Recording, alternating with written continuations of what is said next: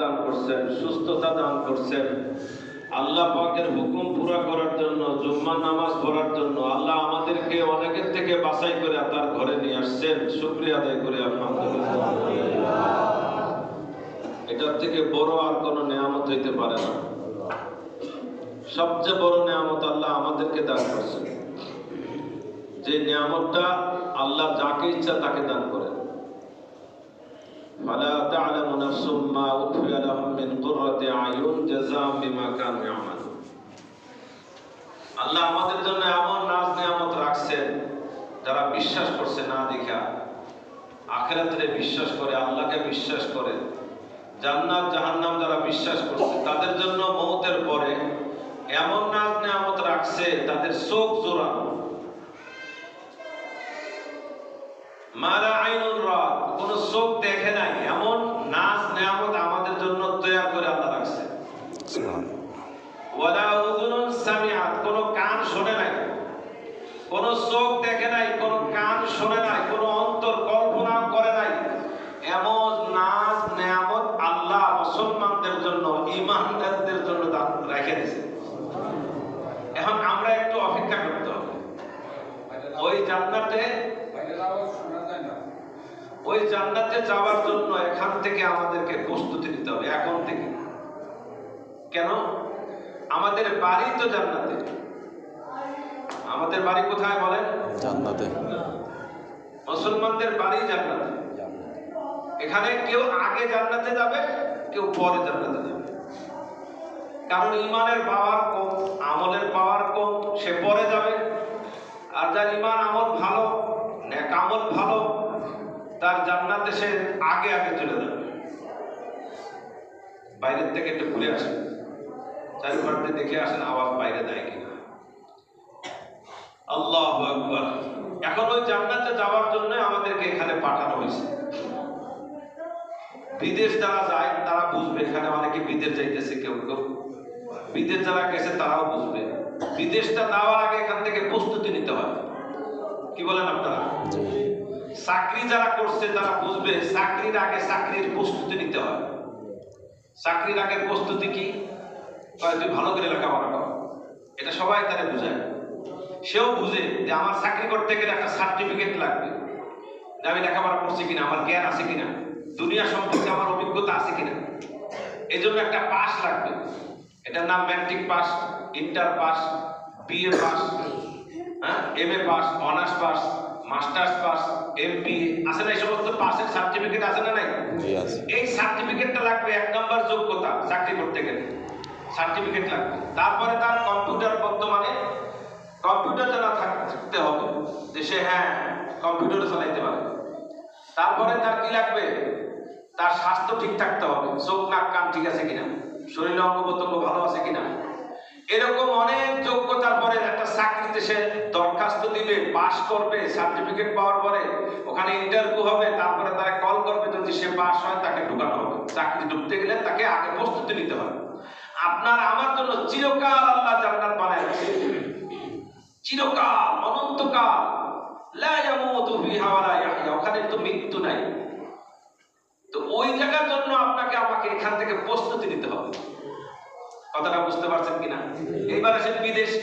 বিদেশ যেতে গেলে কি করা লাগবে? সবাইকে আগে পাসপোর্ট করা লাগবে, পাসপোর্ট করা লাগবে। তারপরে লাগবে কি?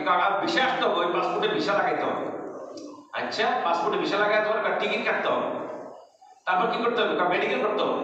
আপনার পুরো বডি চেক আপ করতে হবে, মেডিকেল করতে হবে, আপনি কি ঠিক আছেন কিনা। ফিঙ্গার দিতে হবে, আপনার হাতের আঙ্গুল টাঙ্গুল, এগুলো চোখ নাক কান সব ঠিক আছে কিনা। এগুলা কমপ্লিট হওয়ার পরে ওই দেশের থেকে আপনাকে বলবে হ্যাঁ আসেন এইবার। আর ওখানে যাওয়ার পরে আপনাকে দুলার মতো আদর করবে না। ওখানে যাওয়ার পরে আপনাকে বলবে যে আপনি আসছেন, কি কাম জানেন? বাথরুম ধোয়া জানেন?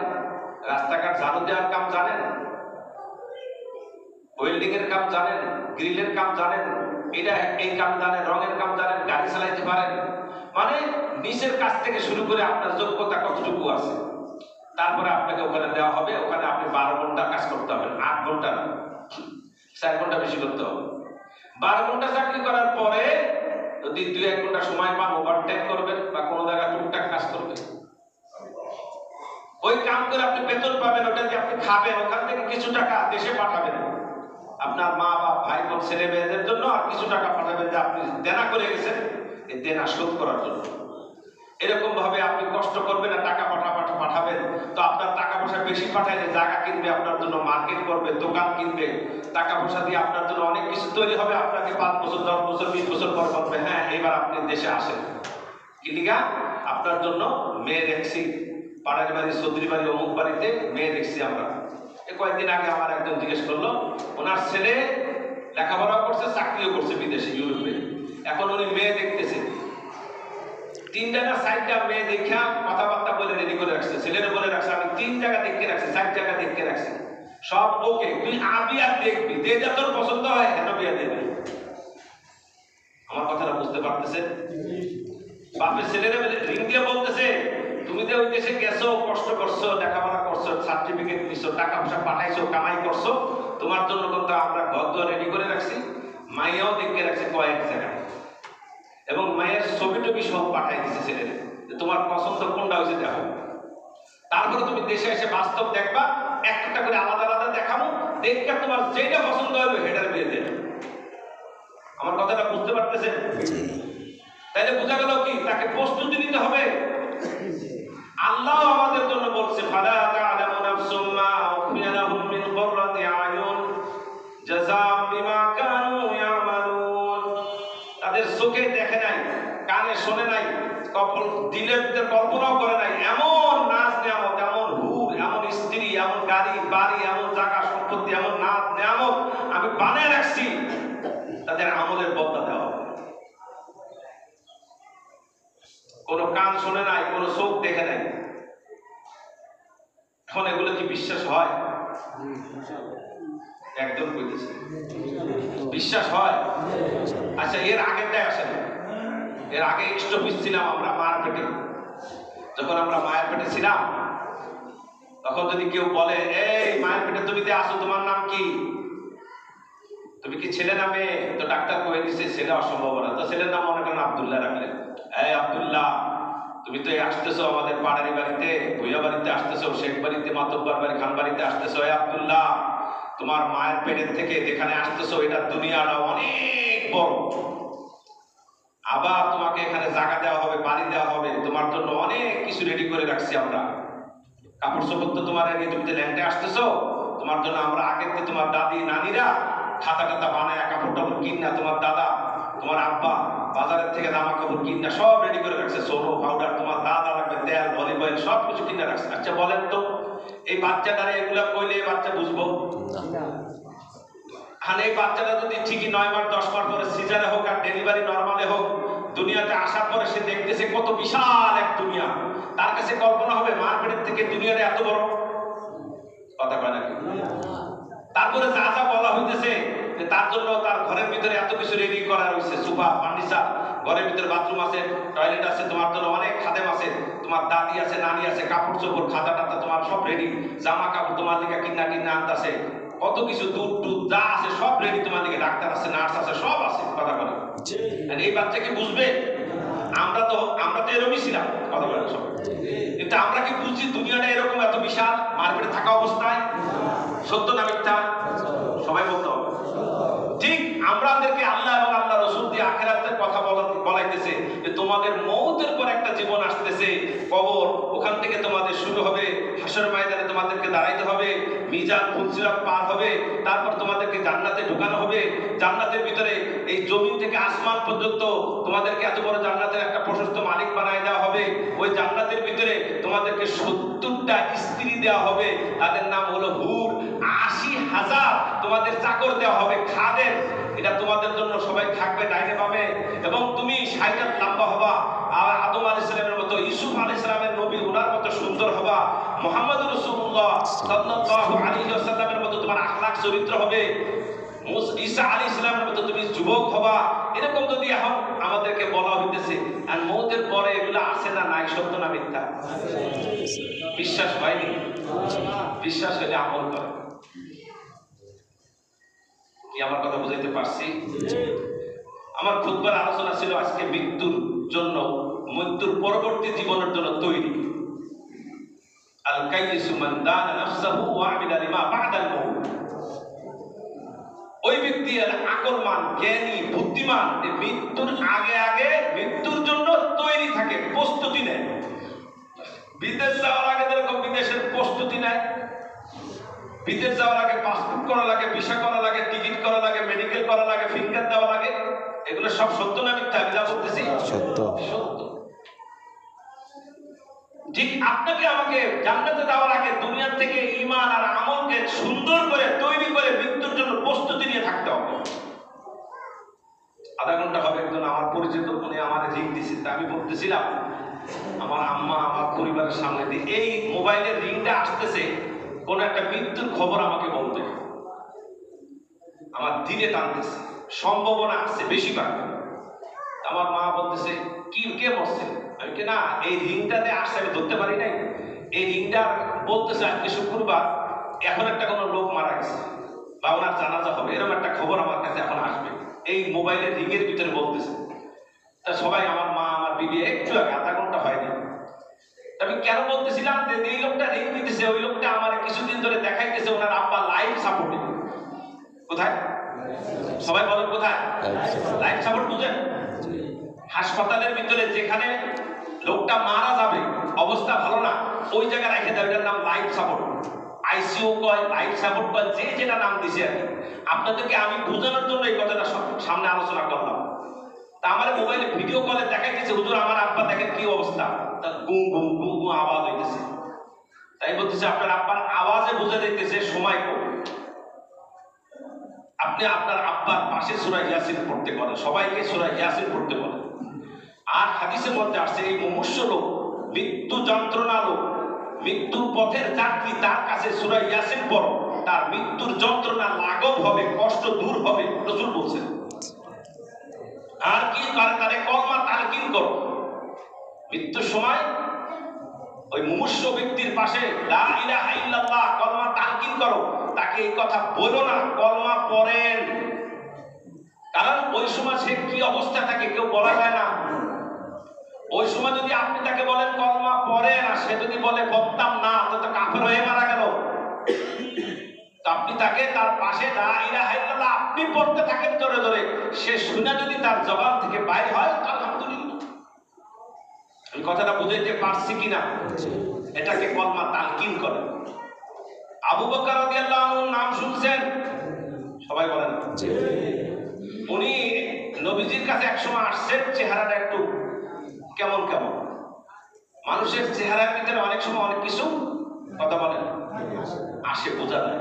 আমি আপনাদের সামনে আপনাদের ছেলে আমি, বা কারোর ভাই, কারোর ছেলে আমি, কারোর ভাই, আপনারা আমার চেহারা দেখা আমার আলোচনা কথাবার্তা শুনে ভালো মন্দ কিছু বুঝতে পারবেন। যদি কোনো সময় কোনো কথাবার্তা বলতেছি আমারে বলবেন যে মনে হয় হুজুর কোনো আজকে অসুস্থ আছে, অথবা কোনো টায়ার্ড, অথবা চিন্তিত কোনো সমস্যা আছে।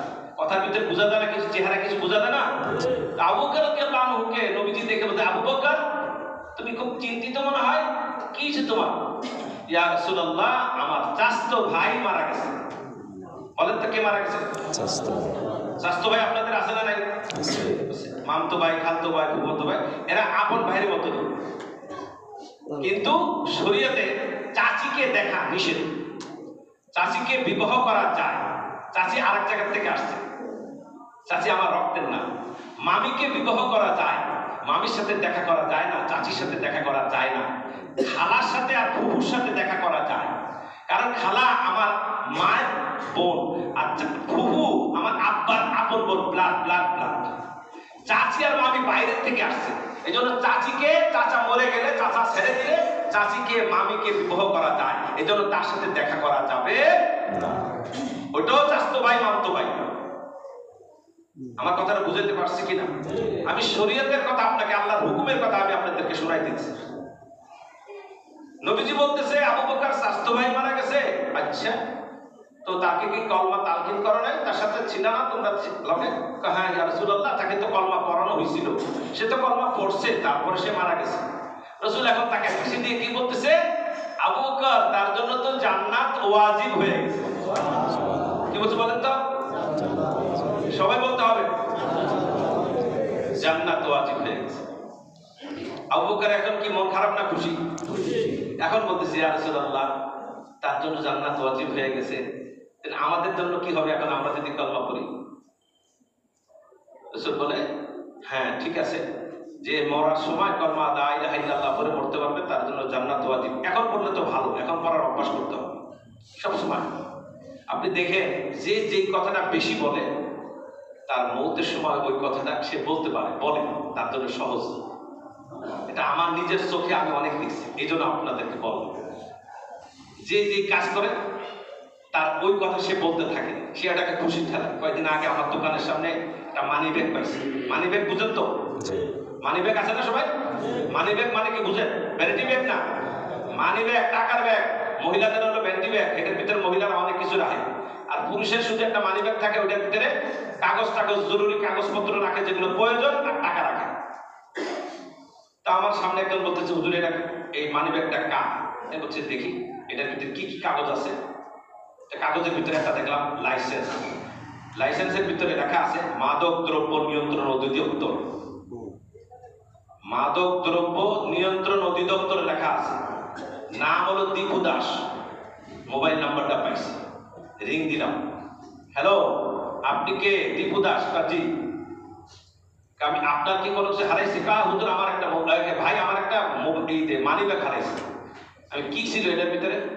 8,500 টাকা আছে, আর কিছু খুচরা টাকা আছে, আর নগদ 500 টাকার নোট আছে, আর 1,000 টাকার নোট সহ 8,500। আমি হ্যাঁ, তাহলে আপনি সেটার মালিক, আপনি আসেন মধুগর চিত্রলেখার পরে আমার দোকানে আসেন। তা আসছে। আমি জিজ্ঞেস করলাম কি কাজ করেন? হাসি দিয়ে বলতেছে হুজুর আমি মদের ব্যবসা করি। কিসের ব্যবসা করেন? আমার মদের ব্যবসা আছে পালে বাজারের ভিতরে। আচ্ছা, আপনি মদের ব্যবসা করেন? হুজুর এই যে আপনি যে লাইসেন্স দেখছেন ওটা আমার এই মদের ব্যবসার লাইসেন্স। আমি দেখেন আল্লাহ আপনাকে এই 8,500 টাকা মানি ব্যাগ সহ আমরা পাইছি, আপনাকে দিলাম। সে বলতেছে তার ভিতরে যেটা আছে ভগবানের কাছে শুকরিয়া, ভগবানের কাছে কৃতজ্ঞতা, ভগবান আমাকে আপনাদের মাধ্যমে টাকাটা মানি ব্যাগটা দিলেন। না, ভগবানের মাধ্যমে আমি বলবো না, আমি বলবো আমার আল্লাহ আপনাকে দিয়েছে। ঠিক আছে। তাই বললাম যে আপনি এখন কি করবেন জানেন? কি করবেন? আপনার এই টাকাটা আর একজন যদি পাইতো। আমি চিন্তা করতেছি টাকা আর পাওয়া যাবে না, মানি ব্যাগ আর পাওয়া যাবে। খুঁজতেছিলাম, সাইকেল দিয়ে খুঁজতেছিলাম। বলতেছি আল্লাহ আপনাকে মিলে দিচ্ছে। আমার একটা কথা মানবেন? কি শুনবেন? হুজুর বল। আমি বলতেছি আপনি আপনার মায়ের কাছে এখন যাবেন, যে মার খেদমত করবেন, মার কিছু কিনাকাটা খাওয়াবেন, কিছু টাকা আমার কিছু টাকা দিতে চাইছে আমাদের। আপনি কিছু টাকা দিতে আমাদেরকে দিতে চাইছেন, এটা আপনার মায়ের জন্য কিছু ঘর কিনে দিন। আর আপনি আল্লাহর কাছে বলবেন যে আল্লাহ আমাকে সঠিক বুঝ দাও, হেদায়েত দাও। তার কিছু দাওয়াত দিয়ে দিল, সে খুব খুশি হয়ে চলে গেল। আমি কথা বলার উদ্দেশ্য হলো যে যার ভিতরে যেটা আছে সে বলে ফেলাইছে কি বলে ভগবানের আমাকে দিছে, আর আমি কি বলতেছি দেখেন যার ভিতরে যেটা। রাসূল সাল্লাল্লাহু আলাইহি সাল্লাম শুয়ে আছেন, তলোয়ার পাশে রেখে রেস্ট নিতেছেন, আরাম করতেছেন। একজন কাফের টার্গেট করছে রাসূলকে কতল করবে। তার টার্গেট, সে সুযোগ পিছাইতেছে, খালি শব্দ বেশি দেখতেছে রাসূল ঘুমায় আছে, সবাই ঘুমায় রয়েছে তলোয়ার পাশে। সে আস্তে আস্তে তলোয়ারটা হাতে নিয়ে রাসূলকে বলতেছে এই মুহাম্মদ, কতল করে নাই, নাউজুবিল্লাহ। ডাক দিয়ে তলোয়ার হাতে নিয়ে ডাক দিয়ে বলতেছে এই মুহাম্মদ, তুমি বলো তোমাকে কে বাঁচাবে? কি বলতেছে? সবাই বলতে হবে কে বাঁচাবে? সবাই বলেন কে বাঁচাবে? নবীজি বলতেছে আল্লাহ আমাকে বাঁচাবে। আমার হাতে তলোয়ার, তুমি বলতেছে আল্লাহ বাঁচাবে? বলছে হ্যাঁ আমাকে আল্লাহ বাঁচাবে। এই কথা বলার সাথে সাথে তার হাত এরকম কাঁপাকাঁপি শুরু হয়ে গেছে, আর সে কাজ করতে পারতেছে না। আল্লাহর নাম বলার সাথে সাথে তার হাতের থেকে তলোয়ার পড়ে গেছে। রাসূল তলোয়ারটা ধরছে, ধরে বলে এই কাফের, এইবার তুমি বলো তোমাকে কে বাঁচাবে? আমনে বাঁচাবে। বলেন কি বলছে? রাসূল বলতেছে না আমি বাঁচাবো। বাঁচাবে না, বাঁচাবেন কে? মারবেন কে? রাসূল তাকে বললেন দাও তোমাকে আমি মাফ করে দিলাম। সে বলতেছে কি? এটা কেমন কথা হলো? আপনি সুযোগ হাতছাড়া করতেছেন। আমি তো হইলে এখনই সাইজ করে দিতাম যে আমার বাদ দিয়েছি, তো রাসূল সাল্লাল্লাহু আলাইহি সাল্লামের কাছে সে মুসলমান হয়ে গেছে। মসজিদে এসে পেশাব করতেছে, সবাই তার ধমকি দিতেছে, রাগারাগি করতেছে। আল্লাহর ঘর মসজিদে তুই কাফের হয়ে আমাদের সামনে এত সাহস করে কে দিল? নবীজি বলতেছে সবর করো, কিচ্ছু বলো না, পেশাব ভালো করে করতে দাও। পেশাব কমপ্লিট, তারা ডাকছে, বাবা এটা আল্লাহর ঘর, এখানে পেশাব করে না। তুমি যদি এরকম তোমাদের ইবাদত খানায় যদি কেউ পেশাব করে, এরকম কোনো কিছু করে, তুমি কি করবা? কষ্ট পাবা না? এরকম আদর যত্ন করে রাসূল তাকে বুঝিয়ে দিয়েছে। সে আশ্চর্য ব্যাপার, আমার সাথে একটা খারাপ ব্যবহার করলো না, এত সুন্দর ওনার আখলাক। উনি সবাইকে এই ঘটনা বলে বলে বলে বলে মুসলমান বানায় রাসূলের কাছে নিয়ে আসছে। সে বলছে আমাদেরকে মুসলমান বানাইছে। এটাই ছিল আখলাক। ওয়া ইন্নাকা লাআলা খুলুকিন আযীম। নবীজির চরিত্র উত্তম, এত উত্তম চরিত্র পৃথিবীতে আর কারোর চরিত্র সম্পর্কে আল্লাহ বলে নাই। নবীজির চরিত্র পৃথিবীতে এক নম্বর আল্লাহ বলতেছে। আজকে আমাদের ভিতরে কি এইরকম চরিত্র হওয়া আসা দরকার কিনা? এখন যদি আমি কারোর মসজিদ দখল করি, আমার মনে করেন এখানে এসে বলতেছে ওলিউর রহমান তুমি সরে দাও, আমি এখানে নামাজ পড়াবো, আমি ওনাকে দিয়ে দিতে হবে, কারণ আমি ওনার সাথে ঝগড়া করবো না। আপনারা যদি বলেন যে না এটা হবে না, উনি নামাজ পড়াইতেছে, আপনি কোথা থেকে আসছেন, আপনি এখানে মসজিদে নামাজ পড়াবেন, আমাদের অনুমতি দিচ্ছেন, উনি তো এতদিন ধরে আজকে 15-20 বছর ধরে নামাজ পড়াইতেছে, আর ওনার যত দোষ আছে ঠিক আছে নামাজের পরে আলোচনা হবে, কিন্তু এখন আপনি নামাজ পড়াইতে পারবেন, আপনারা এটা বলবেন, অথবা বলবেন যে আসছে হ্যাঁ উনি নামাজ পড়ান, একটা না একটা হইবে তো, কথা বলেন। এখন মসজিদ দখল করা ঠিক না, চলতেছে, এখন মাদ্রাসা দখল চলতেছে, মাঠ দখল চলতেছে, একজনের দোকান দখল চলতেছে, একজনের প্রতিষ্ঠানের মাল সামানা লুট করে নিয়ে যাইতেছে, একজনের বাড়ি দখল করতেছে, একজনের ব্যবসা দখল করতেছে, একজনের বাড়ি আগুন জ্বালাই দিতেছে, প্রতিষ্ঠান আগুন জ্বালাই দিতেছে, একজন আরেকজনের খুন করতেছে, একজন আরেকজনের মারতেছে। চলতেছে কি চলতেছে না? এটা কি মুহাম্মদ সাল্লাল্লাহু আলাইহি সাল্লামের কোন উম্মত এই কাম করবে? কথা বলেন নাকি? যদি করে সে কি মানুষ? সে কি মুসলমান? বলেন, সে কি আলেম? আমি আজকে আপনাদের কাছে এই প্রশ্ন রাখতে চাই এই কারণে, আমরা সবাই ভাই ভাই, কারোর সাথে ঝগড়া নাই। আমার সাথে বলতে হবে আজকে, আমার সাথে আপনারা বলেন, আমরা সবাই ভাই ভাই, কারোর সাথে ঝগড়া নাই, কারোর সাথে আমি ঝগড়া করবো না, করবো করবো না। যদি কেউ আমার বলে শালার পুত, আপনি বলবেন আপনি আমার দুলাভাই, মারামারি হবে? কথা কয়। যদি কয় তুই ছাগলের বাচ্চা, তাহলে আপনি কবেন কুত্তার বাচ্চা, হে কয় তুই শুয়োরের বাচ্চা, তারপরে হাত কব কি বয়ের ওষুধ কি লিখে দে থাপ্পড়, পা কবে তুই বয়ের ওষুধ কি লিখে দে লাত্তি, কথা বলে। কিলাকিলি আর মারামারি, কথা বলে, ঠিক না? না ঠিক? আমরা মুসলমান, কারোর সাথে মারামারি করবো না, ঝগড়া করবো না। আপনাদেরকে একটা ঘটনা শোনাই। হিন্দু, খ্রিস্টান, পাদ্রী, আমার এই 50 বছর বয়সে আমার কাছে একজন পাদ্রী মুসলমান হয়েছে, খ্রিস্টানদের পাদ্রী। ওই পাদ্রীর নাম হলো ফিলিপস, চাঁদপুর মিশনে ছিল। 1 মাস আমাদের কাছে দাওয়াত দিছে, 1 মাস কিতাব নিয়ে আসছে 2 বস্তা, 2টা বস্তা নিয়ে আসছে কিতাব হেদের ধর্মের। 1 মাস দাওয়াত দিছে, তার নাম ফিলিপস। আমি তারে 1 মাস ধৈর্য ধরতে আর পারি না। আমাদের ইমাম সাহেব বাস স্ট্যান্ড মাদ্রাসা আব্দুল্লাহ সাহেব মরহুম রহমতুল্লাহি আলাইহি, আল্লাহ ওনার কবরকে নূরের দ্বারা ভর্তি করে দেন।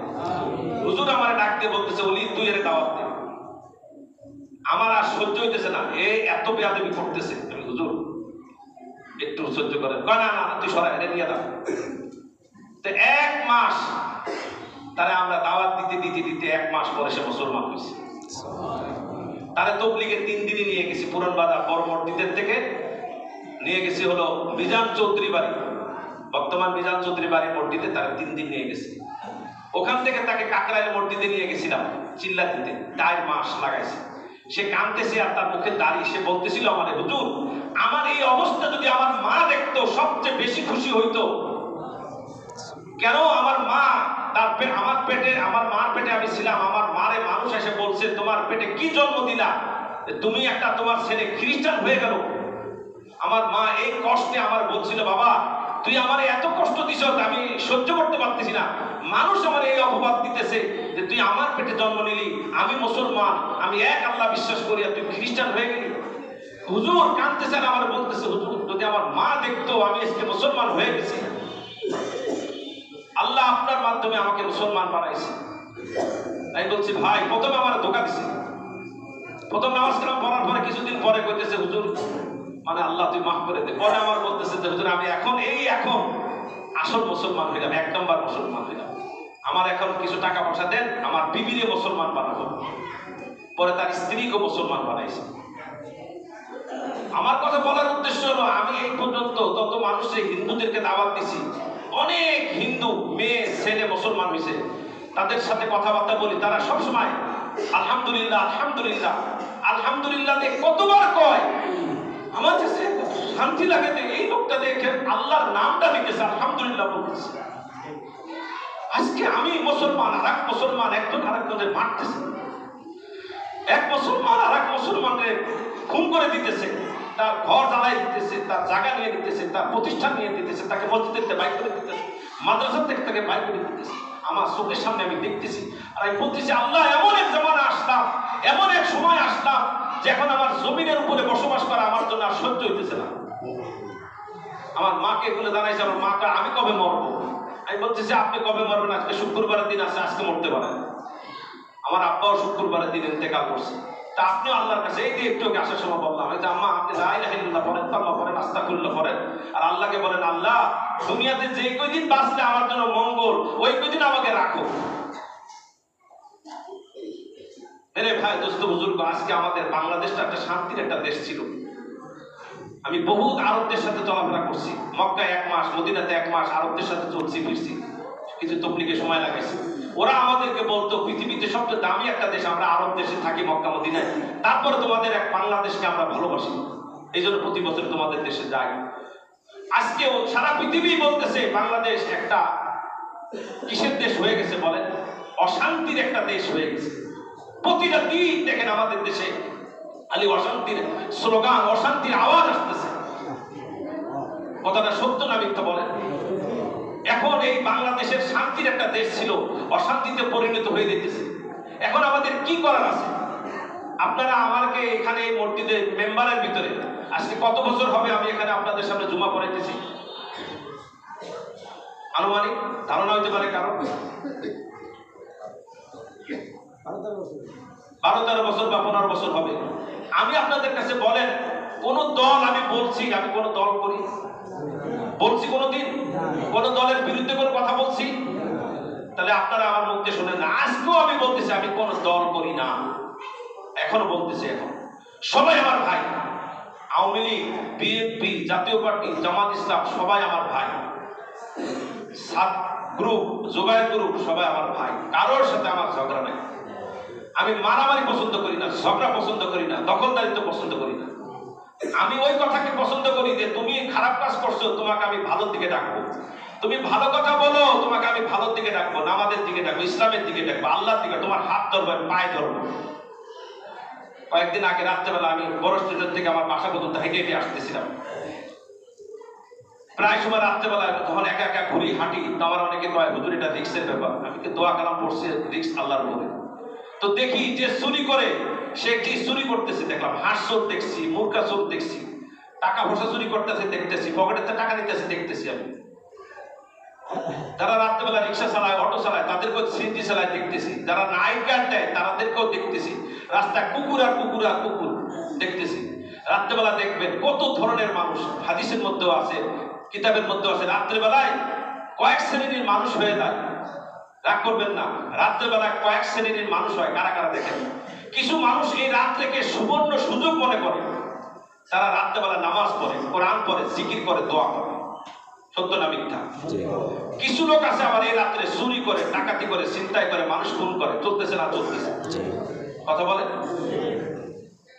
কেউ মদ খায়, কেউ জেনা করে, কেউ চুরি করে, কেউ ডাকাতি করে। এই রাত্রে সুবর্ণ সুযোগ মনে করতেছে। আল্লাহ আমাদেরকে বোঝার তৌফিক দান করে।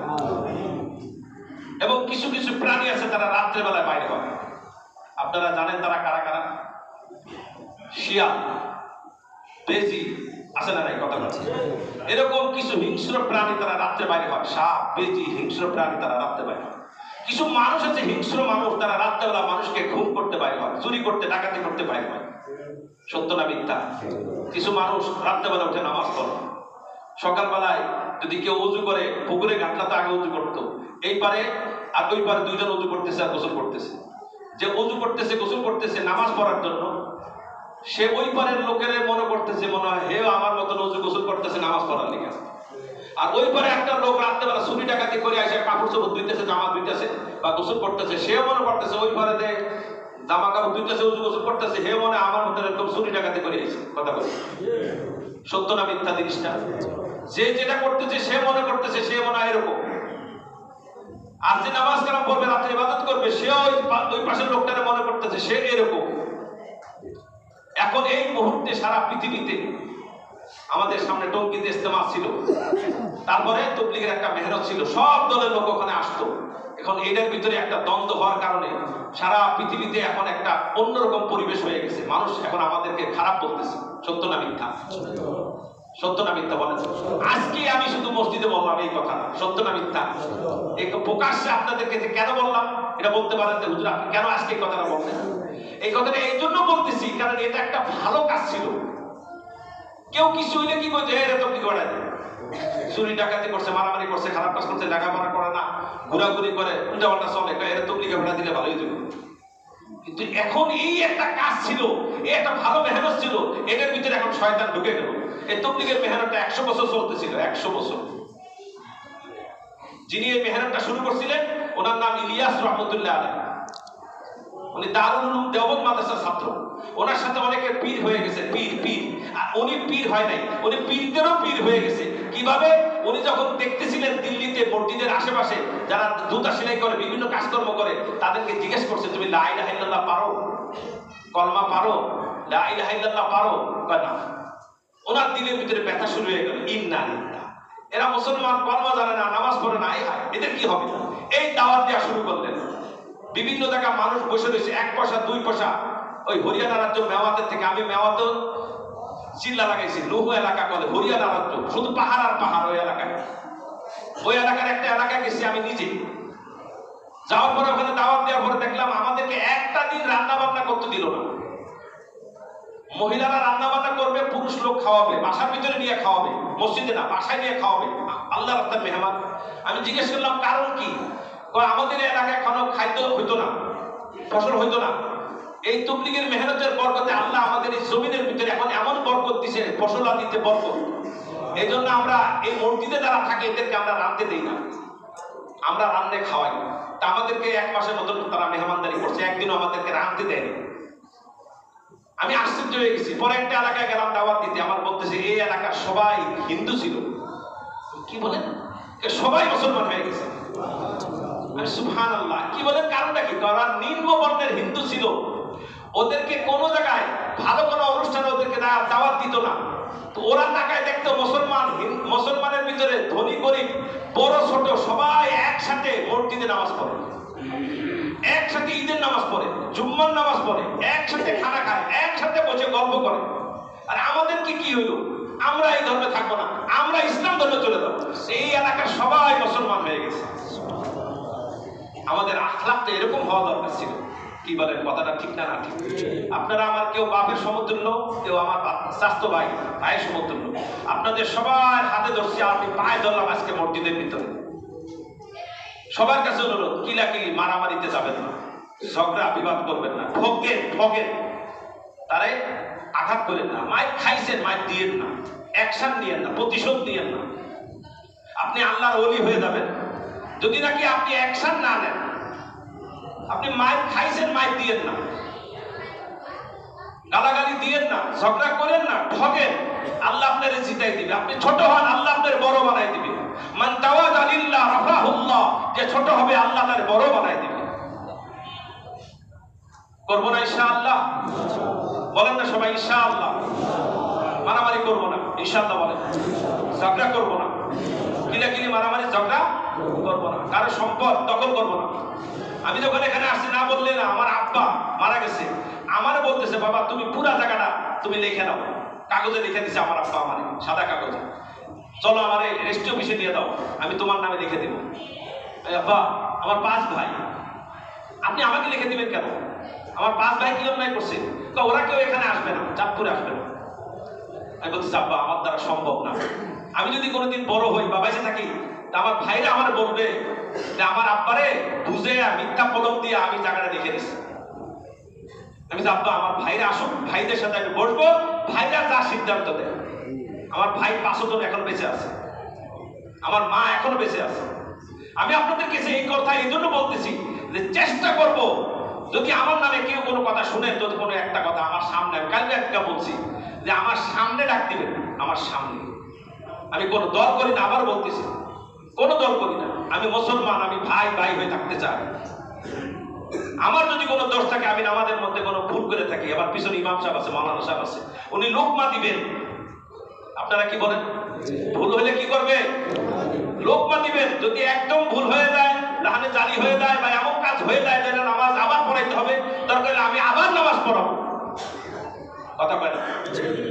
কিন্তু এই কাজ করা যাবে না, কাউকে অপমান করা যাবে না, কাউকে বিদ্বেষ করা যাবে না, কাউকে ঠগানো যাবে না, কাউকে অত্যাচার জুলুম করা যাবে না, করবো না ইনশাআল্লাহ। বলেন না? মাফ করে দেন, সবাইকে মাফ করে দেন। আল্লাহ তাআলা বলতেছে নবী আপনি সবাইকে মাফ করে দেন, সালাম দেন বেশি বেশি করে, মুসাফা করেন, মুআনাকা করেন, খানা খাওয়ান, মেহমানদারি করেন। আপনার দোস্ত, আপনার দুশমন আপনার দোস্ত হয়ে যাবে। আমার দুশমন দোস্ত হবে, আমি তখন তাকে সালাম দিব, মুসাফা করবো, মুআনাকা করবো, কোলাকুলি করবো, তাকে আমি খানা খাওয়াবো, তাকে আমি একরাম করবো। সে আমার দুশমন আমার বন্ধু হয়ে যাবে। করবো না ইনশাআল্লাহ? আজকে আমার খুতবাটা শুনবেন না? খুতবাটা ছিল মৃত্যু তৈরি হওয়া। এই জন্য মৃত্যুর জন্য প্রস্তুতি নিন। কুল্লু নাফসিন যায়কাতুল মাউত, প্রত্যেকটা প্রাণীকে মৃত্যু স্বাদ দিতে হবে, বাঁচার কোনো রাস্তা নাই। তবে মৃত্যুটা যেন জুম্মার দিন হয়। দোয়া করবো না? বলে সবাই আল্লাহর কাছে, আল্লাহ জুম্মার দিনে মৃত্যু দিও। লাভটা কি শুনবেন না? জুম্মার দিনে মানুষ মরলে তার কবরে লাশ পচে না। জুম্মার দিনে যদি কেউ মারা যায়, তাকে শহীদের মর্তবা দেওয়া হয়। দোয়া করবো না? রমজান মাসে যদি কেউ মরে, এটা দোয়া করবো আল্লাহ রমজান মাসে মৃত্যুটা দিও, আল্লাহ শাহাদতের মৃত্যু দিও। বলেন শাহাদতের মৃত্যু দিও। সবচেয়ে ভালো মৌত হলো শাহাদতের মৌত, আল্লাহর রাস্তায় মৌত। আর সবচেয়ে ভালো জায়গা হলো মদিনা। আল্লাহুম্মা রযুকনি শাহাদাতান ফি সাবিলিক ওয়াজআল কবরি ওয়াজআল মাউতি বালাদি রাসূলিক। হে আল্লাহ আপনি আমাকে শাহাদাতের মৃত্যু দিয়েন, মদিনায় কবর দিয়েন। আবু বকর ওমর রাদিয়াল্লাহু আনহু ওনারা দুইজনেই দোয়াটা করছিলেন। ওনাদেরকে লোকেরা জিজ্ঞাসা করছে যে শাহাদাতের মৌত আবার মদিনায় কবর কিভাবে? আল্লাহ মদিনায়ও শাহাদাতের মৌত দিতে পারে। তো ওনাদের দোনোজনের মৌত মদিনাতে শহীদের মৌত হয়েছে, ওনাদের দোনোজনের কবর রসুলের কবরের সাথে হয়েছে। সত্য না মিথ্যা কথা বলতেছে? আমরাও আল্লাহর কাছে দোয়া করবো, আল্লাহ রমজান মাসে মৃত্যু দিও, জুম্মার দিনে দিও, শুক্রবার জুম্মার দিনে দিও, শাহাদাতের মৌত দিও, মদিনায় কবর দিও। বলবো না ইনশাআল্লাহ? আল্লাহ জান্নাত দেখায় মৃত্যু দিও। বলবো না ইনশাআল্লাহ? নেককার যদি হয় কবরে জিজ্ঞেস করবে মান রব্বুকা মান নাবিয়ুকা মান দীনুকা, উত্তর দিতে পারলে পাস, জান্নাতের নাম নেওয়া শুরু হয়ে যাবে। আর যদি উত্তর না দিতে পারে জাহান্নামের শাস্তি আযাব শুরু হয়ে যাবে। বিশ্বাস হলে আমল করে যান, বিশ্বাস না হলে মরে দেখেন। আর যদি নেককার হয় তার জন্য তো জান্নাতের নাম নেওয়া চলতেই থাকবে, কিয়ামতের দিন পর্যন্ত চলতে থাকবে, নাম নেওয়া দেখতেই থাকবে। আল্লাহ আমাদেরকে আমল করার তৌফিক দান করে। এই জন্য আল্লাহ তাআলাকে মানুষ দেখবে, সরাসরি দেখবে, লাইভ দেখবে, সরাসরি দেখবে। কিভাবে? আল্লাহর বান্দা সরাসরি কাছাকাছি দেখা হবে আল্লাহকে। যদি কেউ দেখতে চায়, ফামান কানা ইয়ারজু লিকা রাব্বি, আল্লাহর সাথে কেউ সাক্ষাৎ করতে চায়, ফালিয়ামাল আমালান সালিহা, সে যেন ভালো আমল করে, ওয়ালা ইউশরিক, আল্লাহর সাথে যেন শিরক না করে, বিইবাদাতি রাব্বিহি আহাদ। আল্লাহর সাথে শিরক করলে আর হবে না। ভালো আমল করতে হবে, আল্লাহর সাথে সাক্ষাৎ করতে চাই। রাজি আছেন তো সবাই ইনশাআল্লাহ? আর মৃত্যুর জন্য তৈরি হয়। আর আল্লাহ তাআলাকে মানুষ দেখবে যেরকম চাঁদ দেখে না, আসমানে চাঁদ দেখে না, চাঁদ এরকম সরাসরি আল্লাহকে মানুষ দেখবে জান্নাতের ভিতরে। আল্লাহর সাথে সাক্ষাৎ করতে রাজি আছেন তো সবাই? কারা কারা আল্লাহর সাথে সাক্ষাৎ করতে চায়? হাত উঠান। নিয়ত করেন ইনশাআল্লাহ আমরা আল্লাহর সাথে সাক্ষাৎ করতেই চাই। বলেন আল্লাহ আপনাকে আমরা ভালোবাসি, আপনার ভালোবাসা আমাদেরকে দান করেন। ওয়া আখির দাওয়ানা আলহামদুলিল্লাহি রাব্বিল আলামিন। যারা সুন্নাত পড়ি নাই সুন্নাত বাইরে অনেকে